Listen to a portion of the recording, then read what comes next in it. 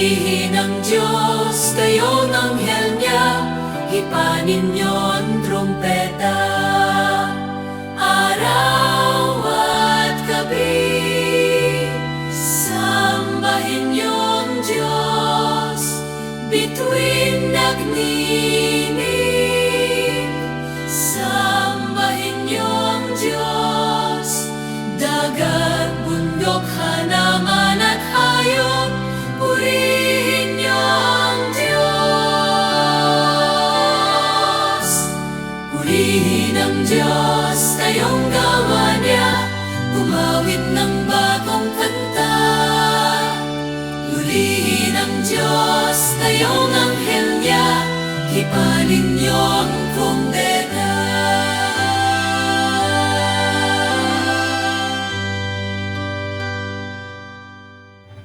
Sa ngalan ng Ama, ng Anak, at ng Espiritu Santo. Amen. Sumainyo ang Panginoon. At sumayo rin. Mga kapatid, muli tayong bumabalik sa banal na misa at tayo'y lumalapit sa ating mahal na Ina. Tinatalaga natin ang ating mga puso, ang ating mga kaluluwa sa kanyang kalinis-sinisang puso. Isa sa pinakamasakit, mahirap na karanasan ay yung walang nakakapansin at walang tumitingin sa atin. Tayo'y malungkot pero walang nangungumusta sa atin. Tayo'y may sakit pero mag-isa tayong nagpapagaling. Tayo'y nagtatrabaho pero walang nakaka-appreciate sa ating mga effort. Pero mga kapatid, kung gagawin natin ang ating trabaho, kung tayo'y magpapatuloy na may pagmamahal sa ating puso, nakikita yan ng Diyos. At nararamdaman ng ating mahal na Ina kung anong ating mga pinagdadaanan. Kaya huwag tayong mag-alala dahil tayo'y binubulong niya. Tayo'y pinapakiusap niya sa kanyang anak, si Jesus, para tayo'y palakasin sa gitna ng ating mga problema.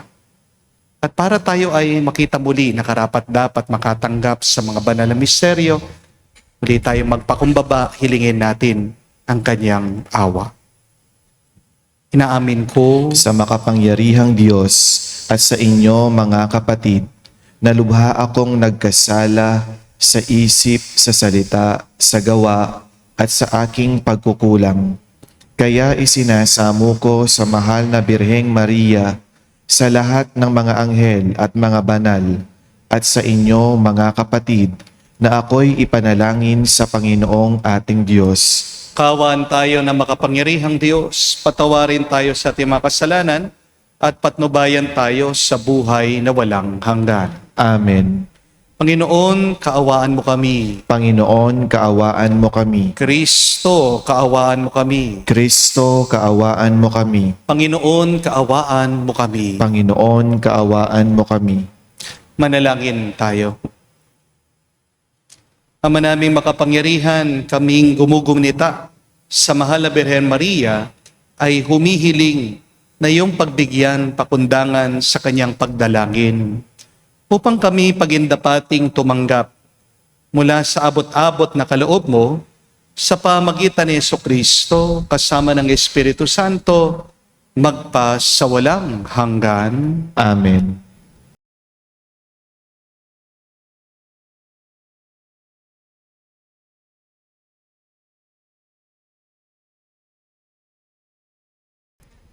Pagbasa mula sa ikalawang sulat ni Apostol San Pablo kay Timoteo.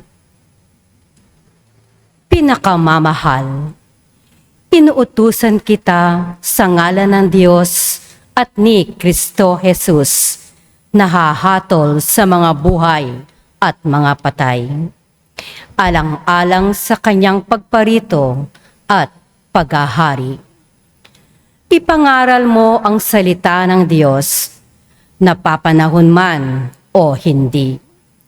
Hikayatin mo, pagsabihan at patatagin ang loob ng mga tao sa pamamagitan ng matitiyagang pagtuturo.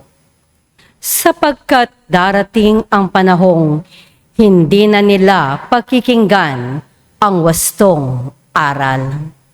Sa halip, susundin nila ang kanilang hilig. Mangangalap sila ng mga gurong walang ituturo, kundi ang mga bagay lamang na gusto nilang marinig. Ibabaling nila sa mga alamat ang kanilang pansin at hindi na nila pakikinggan ang katotohanan. Kaya maging mapagpigil ka sa lahat ng oras. Pagtiisan mo ang mga kahirapang dumarating sa iyo. Gampanan mo ang tungkulin ng isang mangangaral ng mabuting balita. Tupdin mo ang iyong mga tungkulin bilang tagapaglingkod ng Diyos.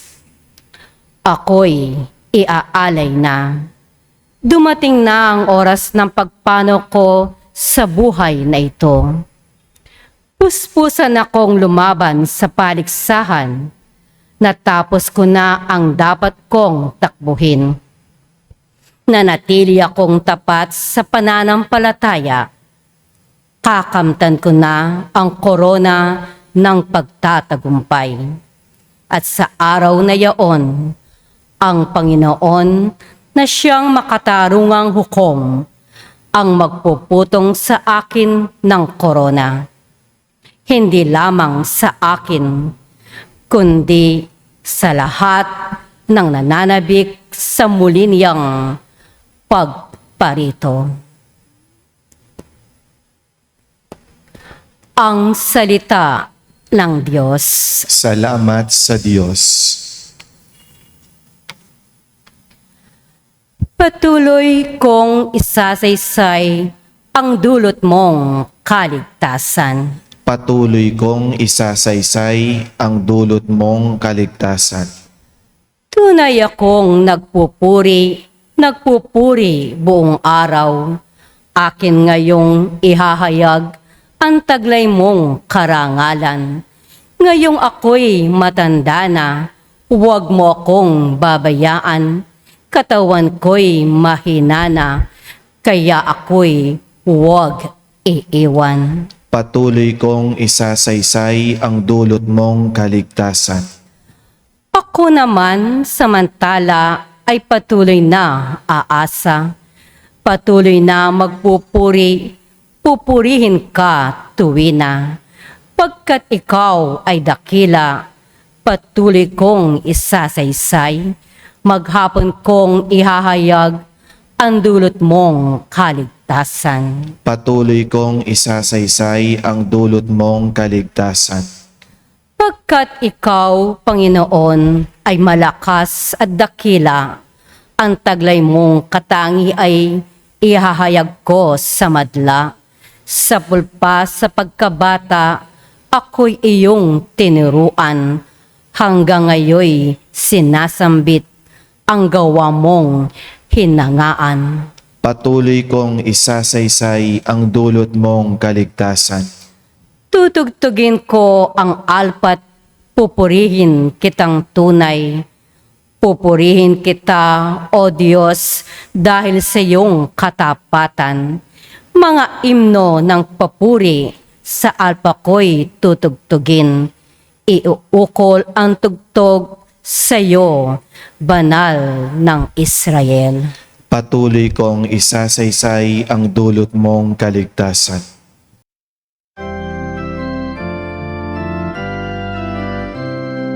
Alleluia, Alleluia, Alleluia, Alleluia, Alleluia, Alleluia, Alleluia, Alleluia, Alleluia, Alleluia, Alleluia,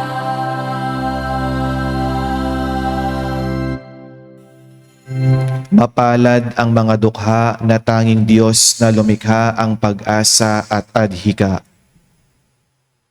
Sumainyo ang Panginoon. At sumayo rin Ang mabuting balita ng Panginoon ayon kay San Marcos. Papuri sa iyo, Panginoon.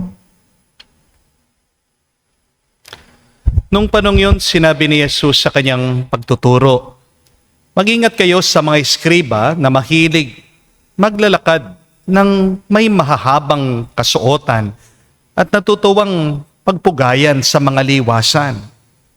Ang ibig nila ay ang mga tanging luklukan sa mga sinagoga at ang mga upuang pandangal sa mga piging. Nuubos nila ang kabuhayan ng mga babaeng balo at ang sinasagkalay ang pagdarasal ng mahaba, lalo pang bibigat ang parusa sa kanila." Umupo si Jesus sa tapat ng hulugan ng mga kaloob doon sa templo at pinagmasdan ang mga taong naguhulog ng salapi. Maraming mayayaman naghulog ng malalaking halaga. Lumapit naman ang isang babaeng balo at naghulog ng 2 kusing na katumbas ng isang pera. Tinawag ni Jesus sa kanya malagad at kanyang sinabi, "Sinasabi ko sa inyo, ang dukhang balong yun ay naghulog ng higit sa kanilang lahat. Sapagkat ang iba'y nagkaloob ng bahagi lamang ng hindi na nila kailangan. Ngunit binigay ng balong ito na dukhang dukha ang buo niyang ikabubuhay." Mga kapatid, ang mabuting balita ng ating Panginoon. Pinupuri ka namin, Panginoong Heso Kristo. Magandang araw po muli sa inyong lahat. Magandang araw po, Father. Meron pong isang kwento tungkol sa isang batang lalaki. Gustong-gusto po niyang pasiyahin ang kanyang ama. Maaga pong nabalo itong tatay. Kaya araw-gabi, kumakayod po siya para mabuhay lang po niya yung kanyang anak. Nalaman po nitong batang lalaki, ang paboritong pagkain pala ng tatay niya ay isda. Kaya nag-ipon po ng pera itong bata. Hindi po siya kumakain kapag break time nila. At bumili po siya ng isda sa palengke. Excited po siya. Pinaghandaan talaga niya ito para ma-surprise niya ang kanyang ama. Pero dahil bata pa lang po siya, wala pa siyang gaanong karanasan sa pagluluto, napabayaan po niya yung isda dun sa lutuan. Nasunog ito.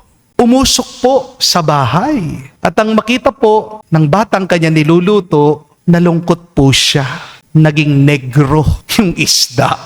Iniisip niya, magagalit si tatay. Palpak ako. Paano ba yan? Paano ko siya mapapasaya? Pero wala po siyang magawa. Dahil narinig niya, dumating na yung tatay niya. Umuwi na po sa tahanan nila. Inihain po nung bata yung nasunog na isda habang nakayuko po ito. At tinignan lang po ng ama yung kanyang niluto. Tahimik po kumuha ito ng tinidor at sinimulang kinain. Pagkatapos po ng ilang subo, ngumiti po yung tatay at sinabihan niya yung kanyang anak, "Nak, ang sarap. Perfect na perfect ito. Nakuha mo yung gusto ko." Nagulat po itong bata. Sabi niya, "Tay, sunog po eh." Ngumiti lang po yung ama at sumagot, "Oo nga, pero alam mo, hindi lang naman yung isda yung kinakain ko eh. Kinakain ko, ang tinatanggap ko ay yung pagmamahal na nilagay mo dito sa pagluluto mo ng isda." At niyakap po ng ama yung kanyang anak, nagpapasalamat siya. Mga kapatid, hindi po ba ganito din ang Diyos? Hindi lang naman niya tinitignan yung ating binibigay eh. Ang mahalaga ay kung paano natin binibigay sa Diyos. Kung minsan pakiramdam natin kulang ang ating naibibigay sa Diyos. Pero ang Diyos, hindi naman po tumitingin sa perfection. Tinitignan ng Diyos ay yung ating pagmamahal. Kaya nga po sa Ebanghelyo, pinuri ni Jesus yung matandang balo na mahirap. Hindi dahil malaki ang kanyang handog. Pinuri niya yung puso niya na punong-puno ng pag-ibig. Dahil sa mata po ng Diyos, ang mas mahalaga ay yung pusong puno ng pagmamahal. Hindi po tinitignan ng Diyos kung puno ba yung ating mga kamay. Remember this, anybody can give, but only faithful people can give with love. Kahit sino naman po makakapagbigay Pero tanging ang mga tapat, tanging ang mga mababait ang makakapagbigay ng may pagmamahal. Amen? Kaya nga po ang maliit na handog na may malaking pagmamahal, mas mahalaga pa yan kesa doon sa malaking handog pero wala namang puso. Tandaan niyo po ito. Ang mundo, hinahangaan niya yung mga malalaking regalo. Pero pagdating sa Diyos, tinitignan niya, gaano ba kalaki ang iyong sakripisyo? Minsan kasi nalulungkot tayo dahil walang nakaka-appreciate sa ating ginagawa. Pero kapatid, unawain niyo po. Una, wala naman pong x-ray ang mga tao. Hindi naman nila nakikita kung ano yung nasa loob mo. Pangalawa, tandaan niyo po, makasarili kadalasan ng mga tao. Minsan, walang ibang mahalaga sa iba, kung hindi yung kanilang mga pinagdadaanan. Walang ibang mahalaga kung hindi ang sarili nila. At pangatlo, lahat po tayo minsan may pinagdadaanan na problema. Kaya pagpasensya niyo po kung hindi nila nakikita yung iyong sakripisyo, yung iyong paghihirap. Ang tao kasi minsan na nakatingin sa kanyang sugat, wala siyang panahon para magpasalamat, di po ba? Kaya wag po kayong mag-alala kung walang nakakakita sa effort mo. Huwag kang malungkot kung walang pumapalakpak sa mga sakripisyo mo. Huwag kang panghinaan ng loob dahil walang nakaka-appreciate dyan sa kabutihan mo. Dahil meron pa ring isa na nakakakita sa iyo at walang iba kung hindi ang Diyos. Amen? Balikan po natin muli ang Ebanghelyo. Napakaraming tao sa templo. Marami pong mayayaman, maraming nagkakaloob ng malalaking handog. Pero isa lang, ang tanging hinangaan ni Jesus. Ang nakita ng ating Panginoon ay yung balo, isang mahirap na babae. Wala siyang pangalan, wala siyang posisyon, wala siyang impluensya. At dalawang maliit lang na bariya ang kanyang naihulog. Ang kapatid, tandaan niyo po, ang hindi napapansin ng tao ay napapansin palagi ng Diyos. Remember that even if other people do not see your effort, God sees your sacrifices always. Kapag ang isang ina gumigising po ng alas 4 ng umaga para magluto, maghanda ng baon para sa kanyang mga anak, hindi naman po siya pinapasalamatan. Hindi po ba? Di naman sila nagiging viral sa Facebook. Pero ito, nakikita ng Diyos. Kapag ang isang ama nag-overtime sa trabaho, nag-iipon para meron pambayad ng matrikula, iniisip ng mga anak niya, normal lang yan. Trabaho niya yan. Kailangan niya tayong pag-aral. Pero yan, nakikita, na-appreciate ng Diyos. Kapag ikaw ay patuloy na nagdarasal para sa iyong pamilya, kahit na ikaw mismo ang nasasaktan, nakikita ito ng Diyos. Kapag pinipili mo maging mabuti, kahit na walang ibang nakakakita, nakikita yan ng Diyos. Kapag pinipili mong maging tapat, kahit na ang daming mga manloloko, mga abusado, mga mandaraya, nakikita ng Diyos yung katapatan mo. Kapag meron kang sakit, nahihirapan ka, malapit ka ng sumuko, pero tinitiis mo pa rin. Hindi mo sinasabi, di ka nagpapahalata sa iyong pamilya para hindi sila mag-alala. Nakikita yan ng Diyos. At ang Diyos na nakakakita sa lihim na kabutihan mo, tandaan mo kapatid, pagpapalain ka niya. Mas babasbasan ka niya ng marami pang grasya. Tandaan niyo po, hindi kailanman nalulugi ang taong gumagawa ng mabuti para sa Diyos at para sa kanyang kapwa. Maaring hindi ka napapansin ng ibang tao. Maaring hindi nasusuklian yung kabutihan mo. Maaring hindi ka man ma-appreciate ng iba. Pero hindi nakakalimutan ng Diyos ang kabutihan mo. No good deed is wasted. All of our good works are seen by God and we receive a reward and blessing from God. Meron pong isang napakagandang kasabihan. It says that people may forget what you did, but God will never forget why you did it. Nakakalimutan ng mga tao yung ginawa mo. Pero hindi kailanman nakakalimutan ng Diyos ang pagmamahal na nilalagay mo sa iyong ginagawa. Kaya minsan, para pong unfair ang buhay. Di po ba? Bakit yung mga sip-sip, silang napopromote? Bakit yung mga mandaraya, sila pang lalong yumayaman? Bakit yung mga mababait, sila yung nasasaktan? Pero huwag kang mag-alala, kapatid. Dahil hindi naman ang tao ang huling hukom sa buhay na ito. Ang huling hukom natin ay ang Diyos. Kahit na anong sabihin ng ibang tao, di ba mas mahalaga kung anong sasabihin ng Diyos tungkol sa iyo? At ang Diyos, hindi naman po tumitingin sa resulta lang. Tumitingin ang Diyos sa ating puso. Tumitingin ang Diyos sa ating mga sakripisyo. Tinitingnan ng Diyos yung ating mga luha na walang ibang nakakakita. Tinitingnan din ng Diyos yung pagod mo na walang nakakaalam. Tinitingnan ng Diyos yung pagmamahal mo na walang ibang nakakapansin. Mga kapatid, makapakiramdam mo ngayon walang nakakakita sa lahat ng iyong ginagawa, sa lahat ng mabigat ng iyong pinagdadaanan. Baka pakiramdam mo hindi ka na na-appreciate dyan sa iyong kabutihan. Baka pakiramdam mo parang wala naman nangyayari sa iyong pagsasakripisyo. Pero tandaan mo, ang Diyos ay may mata palagi sa mga maliliit na bagay.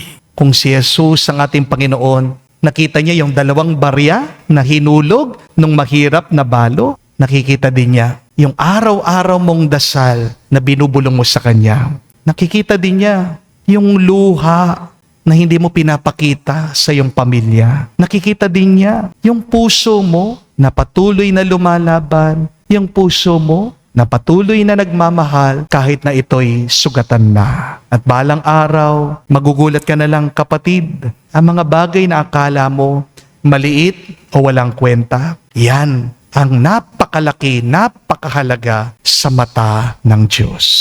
Sapagkat sa kaharian po ng Diyos, hindi po nasusukat ang kadakilaan sa dami ng ating binigay, sa dami ng palakpak na ating tinanggap. Ang kadakilaan sa kalangitan ay nasusukat sa dami ng pagmamahal na binigay natin sa ating mga ginawa dito sa mundo. At kung wala mang makita sa effort mo, okay lang yan. Ngumiti ka pa rin. Piliin mong maging masaya sapagkat alam ng Diyos yung iyong ginagawa. Nakikita ng Diyos bakit mo ginagawa yung iyong mga ginagawa. Kaya magdasal po tayo sa banal na misang ito. Hilingin po natin sa Diyos, tulungan tayo na sa lahat ng ating gagawin, naway punuin natin ang pagmamahal. Andito natin mararanasan ang pag-ibig, ang yakap ng Diyos. Amen. Tumayo po tayo. Alay po natin ngayon sa Diyos ang ating mga dasal at panalangin. Meron tayong iisang Ama sa lahat at isang Guro, ang kanyang bugtong na anak. Dumulog tayo sa ating Ama para sa lahat ng kanyang mga anak sa mundo. Ating sabihin, Panginoon, dinggin mo kami. Panginoon, dinggin mo kami. Ang mga tumatanggap ng sakramento ng orden para sa banal na paglilingkod, naway maging tapat at totoo sa kanilang pagtatalaga ng sarili sa Diyos at sa simbahan. Manalangin tayo sa Panginoon. Panginoon, dinggin mo kami. Ang mga naglilingkod sa bayan, naway maibigay ang mabuti at magaling na serbisyo sa tao at hindi unahin at paglingkuran ang kanilang sariling kapakanan. Manalangin tayo sa Panginoon. Panginoon, dinggin mo kami. Ang kababaang loob ni Kristo, naway pumigil at magpasuko sa kapalaluan at pagkukunwari ng mga taong may matayog na pagtingin sa sarili. Manalangin tayo sa Panginoon. Panginoon, dinggin mo kami. Sa katahimikan po ng ating puso, banggitin natin sa Diyos ang ating mga personal na pangangailangan. Diyos at Ama ng lahat ng sangkatauhan, tinataas namin sa iyo ang mga panalangin ng mga sumasampalataya sa iyo. Ngayon din ang mga hindi pa nakarinig ng iyong banal na ngalan. Nining namin ito sa pamagitan ni Kristo aming Panginoon. Amen.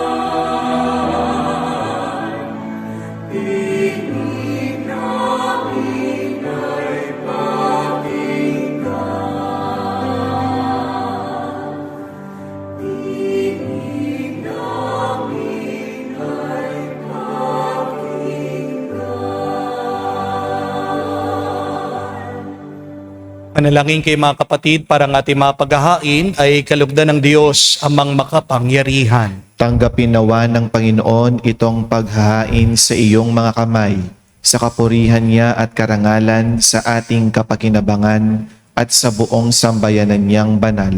Ama naming lumikha, inialay namin sa iyo ang mga handog na ito bilang pagtanaw ng utang na loob. Ngayon aming pinagdiriwang ang paggunita sa ina ng iyong anak.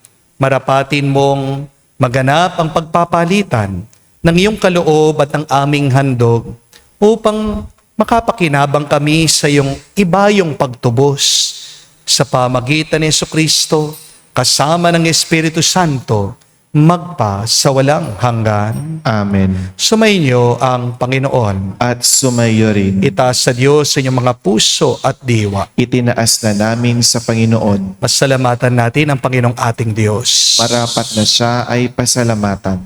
Ama naming makapangyarihan, tunay nga marapat na ikaw ang aming pasalamatan. Bukod mong pinagpalang maging ina ni Jesucristo. Ang mahal na Birhen nagpupuri at nagagalak sa iyo. Ikaw ang gumawa ng tanang dakilang bagay. Ikaw ang lumilingap sa lahat kailanman. Nilingap mo ang mahal na Birhen bilang iyong abang alipin na iyong binigyan ng tungkuling kumalinga sa anak mong manunubos namin. Kaya kaisa na mga anghel nagsisiawit ng papuri sa iyo nang walang humpay sa kalangitan. Kami nagbubunyi sa iyong kadakilaan.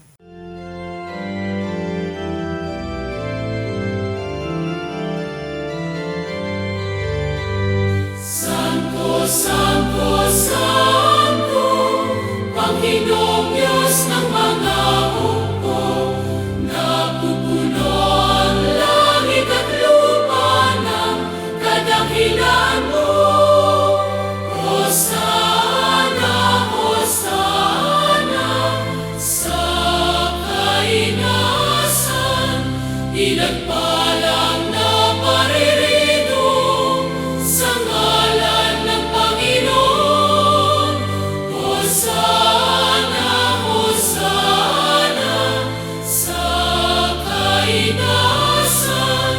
Hosana, Hosana, sa kainasan.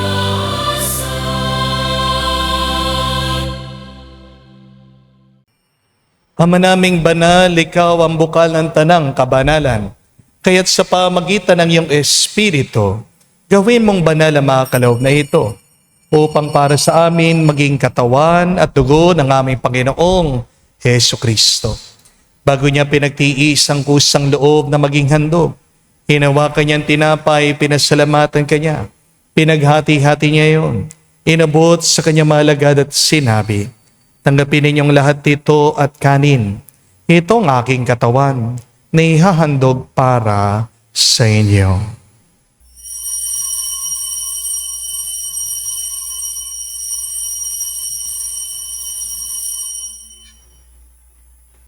Gayon din naman na matapos ang hapunan, hinawakan niyang kalis, muli kanyang pinasalamatan.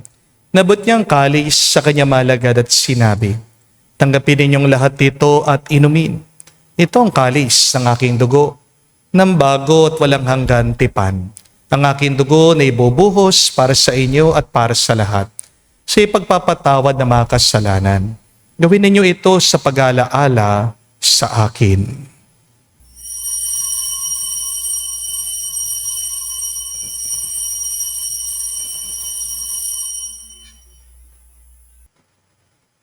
Ang misteryo ng pananampalataya.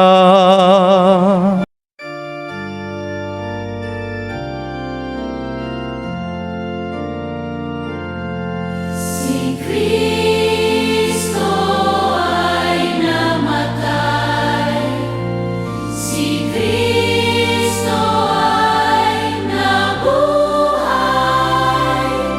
si Kristo ay babalik sa wakas,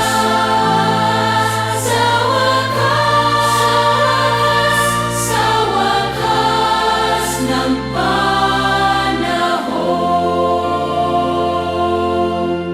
Ama, ginagawa namin ngayon ang pag-alaala sa pagkamatay, muling pagkabuhay ng iyong anak. Kaya tinialay namin sa iyong tinapay nagbibigay buhay at ang kalis na nagkakaloob ng kaligtasan. Kami nagpapasalamat dahil kami yung minarapat na tumayo sa harap mo para maglingkod sa iyo. Sinasamo namin kami magsalo-salo sa katawan at tugon ni Kristo ay mabuklod sa pagkakaisa sa pamagitan ng Espiritu Santo. Amalingapin mong iyong simbahan laganap sa buong daigdig. Puspusin mo kami sa pag-ibig. Kaisa ni Leon ang aming Santo Papa, si Florentino aming Arsobispo, at ng Tanang Kaparian. Alalahanin mo rin ang aming mga kapatid na nahimlay may pag-asang sila'y muling mabubuhay. Gayun din naman lahat ng mga pumanaw. Kawan mo't sila't patuloyin sa iyong kaliwanagan. Kawan mo't pagindapatin kaming lahat, makasalo sa iyong buhay na walang wakas. Kaisa na mahal na Birhen Maria, Ina ng Diyos, kaisa ni San Jose ang kanyang maluwalhating esposo, kaisa ng mga apostol, lahat ng mga banal na namuhay dito sa daigdig na kalugod-lugod sa iyo. May pagdiwang nawa namin ang pagpupuri sa ikararangal mo sa pamagitan ng iyong anak kaming Panginoong Jesucristo. Sa pamamagitan ni Kristo, kasama niya at sa Kanya, lahat ng parangal at papuri ay sa iyo, Diyos Ama, makapangyarihan, kasama ng Espiritu Santo, magpasawalang hanggan. Amen, Amen, Amen, Amen, Amen, Amen. Mga kapatid, dasal po tayo ngayon sa panalangin tinuro sa atin ng ating Panginoong Jesucristo.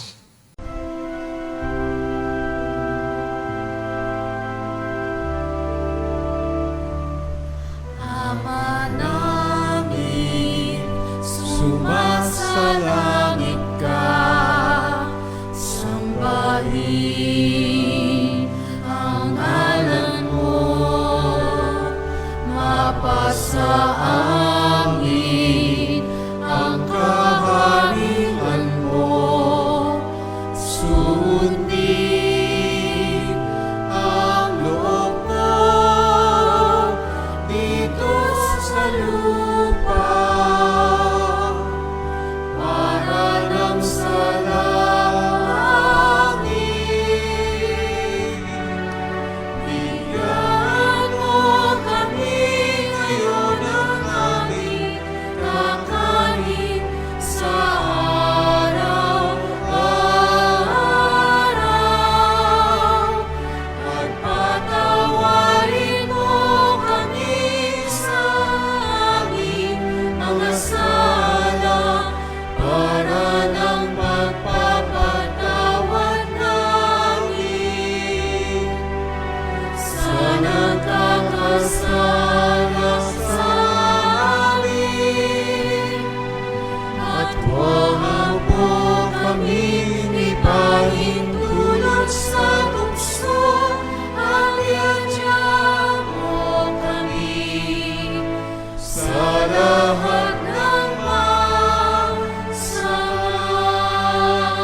Hiniling namin kami adya sa lahat ng masama, pagkalooban ng kapayapaan araw-araw, ligtas sa kasalanan, ilayo sa lahat ng kapamakan.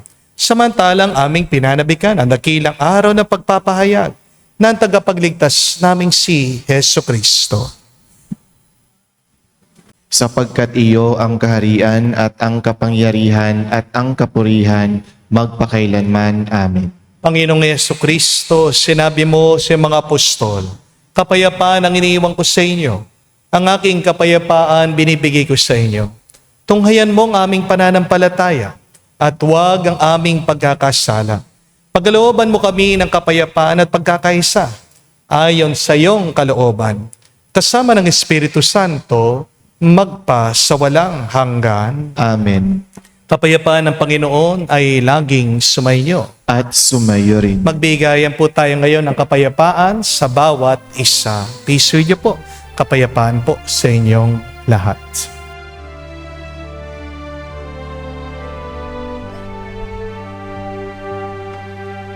Kordero ng Diyos na nag-aalis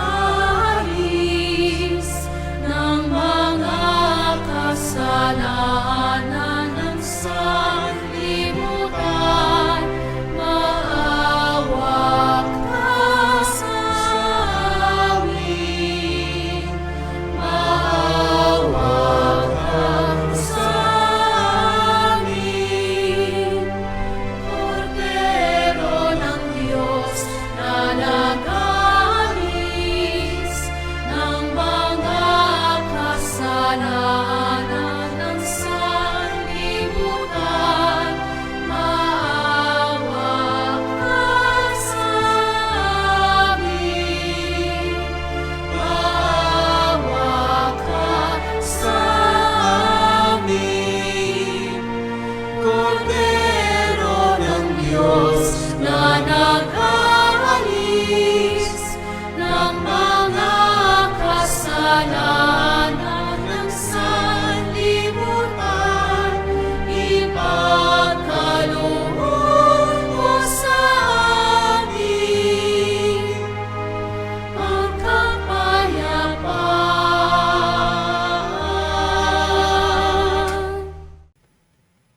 Mga kapatid, naririto ang ating Panginoong Jesucristo, ang Kordero ng Diyos.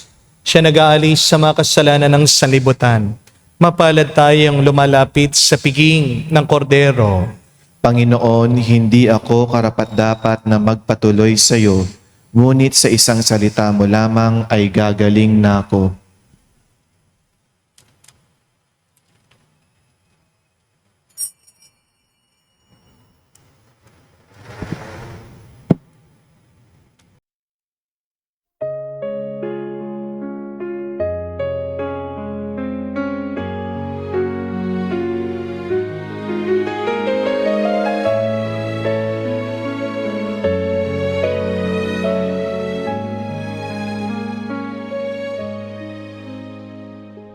Stay with me, Lord, that I never forget you. Stay with me, Lord, because I am weak. Stay with me, Lord, for you are my life. Stay with me, Lord, for you are my light. Oh, how I need you, my Jesus, in this night of exile.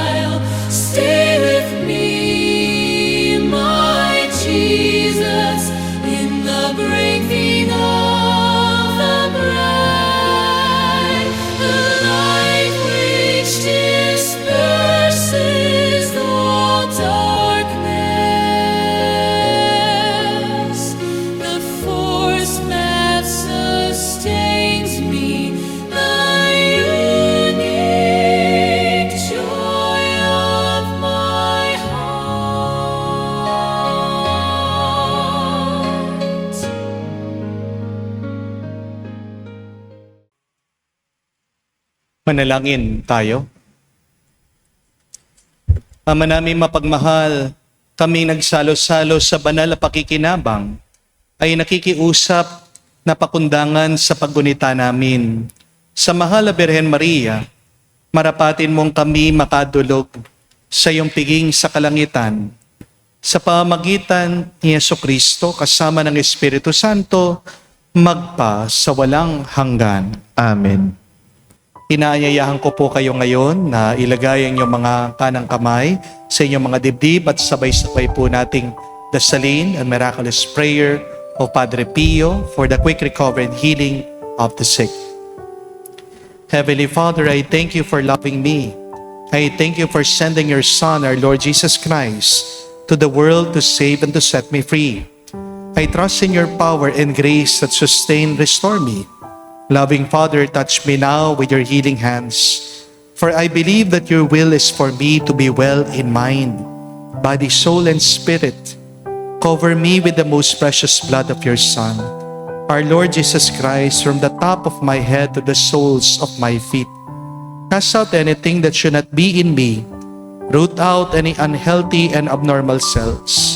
Open any blocked arteries or veins, and rebuild and replenish any damaged areas. Remove all inflammation and cleanse any infection by the power of Jesus' precious blood. Let the fire of your healing love pass through my entire body to heal and to make new any disease areas, so that my body will function the way you created it to function. Touch also my mind and my emotion, even the deepest recesses of my heart. Saturate my entire being with your presence, love, joy, and peace, and draw me ever closer to you every moment of my life. And Father, fill me with your Holy Spirit. Empower me to do your works, so that my life will bring glory and honor to your holy name. I ask this in the name of Jesus Christ, our Lord. Amen. We ask for the intercession of our Blessed Mother Mary. Hail Mary, full of grace, the Lord is with you. Blessed are you among women, and blessed is the fruit of your womb, Jesus. Holy Mary, Mother of God, pray for us sinners, now and at the hour of our death. Amen. Padre Pio Petralcina, Pray for us. Muli po, maraming salamat sa inyong lahat na sumusubaybay sa ating mga online mass, lalong-lalo na sa ating healing mass. Pasensya na po, muli, hindi po kami nagdi-deliver ng mga oil. Ang dami pong mga nagme-message sa atin online, sa email, sa Facebook. Father, malayo kami, pwede bang pa-deliver ng oil? Kasi po, very fragile. No? Marupok lang po yung lalagyanan ng oil. At meron pong panganib na mabasag ito. No? Kaya, pasensya na po, hindi namin may papadala yung ating mga healing oil. You have to go here in the parish, no? Attend the healing mass para po mabigyan namin kayo ng ating healing oil. Para po dun sa mga humihingi, ang maitutulong na lang po namin sa inyo kung hindi kami makakapagpadala ng mga oil, ay pwede po namin kayong isama sa ating misa. Sa mga nagtatanong po paano makasama sa ating mga misa online, sa pagkatapos po ng ating misa, lilitaw po dyan yung aking email address. Doon nyo po isend yung inyong mga intentions. Okay? So isend nyo po 2 days before yung inyong mga intention para maayos po ng mabuti yung ating mga intentions. Muli po sa inyong lahat, maraming salamat po. Mga kapatid, tandaan nyo po, sa mundo, ang mahalaga ay kung gaano kalaki yung binibigay mo. Pero pagdating sa Diyos, ang mahalaga, tinitingnan niya ay ang iyong sakripisyo. Sa mundo, mahalaga kung puno ba ang hawak ng kamay mo. Pero para sa Diyos, ang mahalaga kung gaano kapuno ng pagmamahal ang laman ng iyong puso. Huwag kang mag-alala kung hindi ka man na-appreciate ng iba kasi palagi kang ina-appreciate naman ng Diyos. Ang mas mahalaga, appreciate ka palagi ng Diyos. Tandaan mo, nakikita ng Diyos yung mga maliliit na bagay na ginagawa mo. Lalong-lalo na yan ay nagiging malaki at dakila sa mata ng Diyos. Kung napakalaki ng pagmamahal na binibigay mo sa lahat ng iyong ginagawa. Ask yourself that question. Are the things that I am doing, am I feeling them with love? Mga ginagawa mo ba, pinupuno mo ng pag-ibig at pagmamahal? Kahit na ang iyong pagpapagaling, kahit na ikaw ay nakahiga, kahit na ikaw humihiling ng paghilom kaginawan sa Diyos, please live your life full of love. Kasi minsan, yung mga ibang may sakit, di ba? Self-pity, magagalitin. Kapatid, if you bear your suffering full of love, then your sickness will become light as a feather. Hindi ka agad gagaling kung puno ng sakit ng loob, pagrereklamo, pagdududa ang iyong puso. Nasagad kang gagaling, pupuno ka ng tuwa, gaganda ang pakiramdam mo kung pupunuin mo ang iyong puso sa pag-ibig at pasasalamat. Kaya, yan po yung ating simpleng assignment ngayon. Huwag nating kalimutan na dagdagan ng konting pag-ibig at pagmamahal ang ating ginagawa. Be conscious of what you are doing. Minsan kasi, giging automatic na lang po. Hindi po ba? Pero hindi po tayo robot. Tayo po yung mga anak ng Diyos. At kung galing tayo sa Diyos ng pagmamahal, naway lahat ng gawin natin ay may pagmamahal sana. Sumayo ang Panginoon. At sumayo rin. At kayo basbasan ng Diyos, makapangyarihan sa lahat. Sa ngalan ng Ama, ng Anak, ng Espiritu Santo. Amen. Ang ating misa ay natapos na. Humayo kayo sa kapayapaan ni Kristo. Salamat sa Diyos.